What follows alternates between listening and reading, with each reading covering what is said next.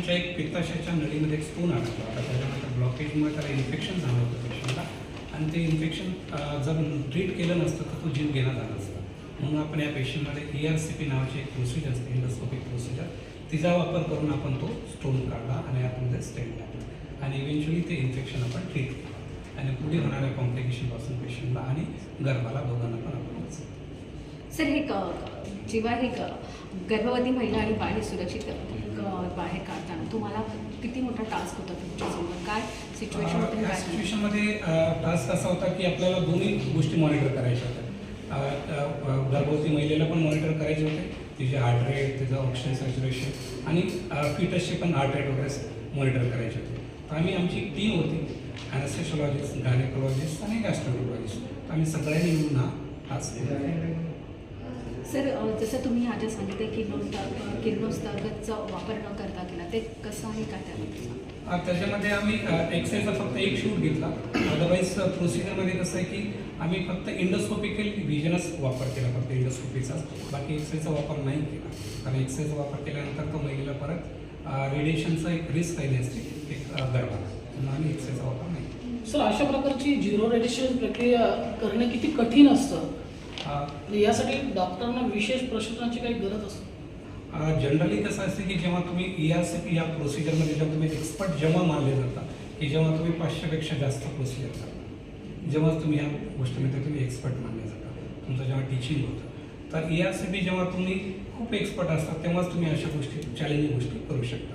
Normally रुटीनमध्ये initial स्टेजमध्ये अशा गोष्टी करणं शक्यतो टाळला पाहिजे, कारण कॉम्प्लिकेशन खूप जास्त आहे. पॅनक्राटायटिस जर झाला ERCP प्रोसिजरमुळे तर तो पेशंटचा जीव घेणं पण ठरू शकतो. सर किती केसेस अशा असू शकतात भारतामध्ये आपल्या? भारतामध्ये जर जनरली बघायला गेलं तर आता सध्याच्या सिच्युएशनमध्ये एक आपण म्हणू शकतो की गॉल ब्लॅडर जे स्टोन असतात, स्टोनचे गॉल ब्लॅडर स्टोनचे, ते 1200मधून एक प्रेग्नंट फिमेलला स्टोन असण्याची शक्यता असते. पण प्रत्येकच स्टोन असे कॉम्प्लिकेशन करत नाही.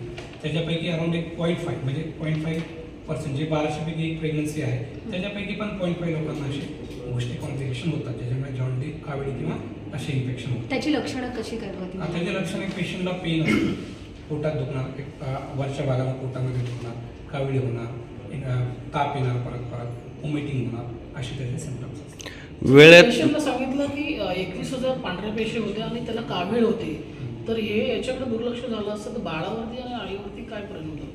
तर जर याच्याकडे दुर्लक्ष झालं असतं तर पेशंट इव्हेंच्युअली ते इन्फेक्शन आपल्या पूर्ण शरीरामध्ये पसरलं असतं आणि पुढे चालून तो मल्टी ऑर्गन फेलियर झाला असतं.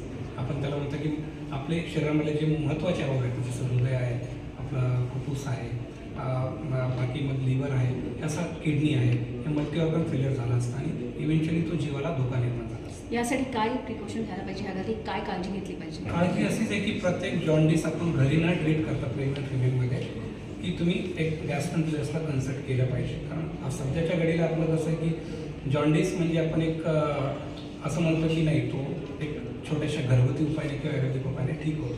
पण प्रत्येक जॉन्डिस हा इन्फेक्शन रिलेटेड जॉन्डिस नसतो. बरेच जॉन्डिस ओल्ड एजमध्ये, प्रिफरली ओल्ड एजमध्ये जे जॉन्डिस होतो तो जनरली कॅन्सरमुळे असण्याची शक्यता असते किंवा स्टोनमध्ये असण्याची शक्यता असते. अशा पेशंटचं प्रॉपरली गॅस्ट्रोएंटरोलॉजिस्टकडून दाखवलेलं गरजेचं असतं.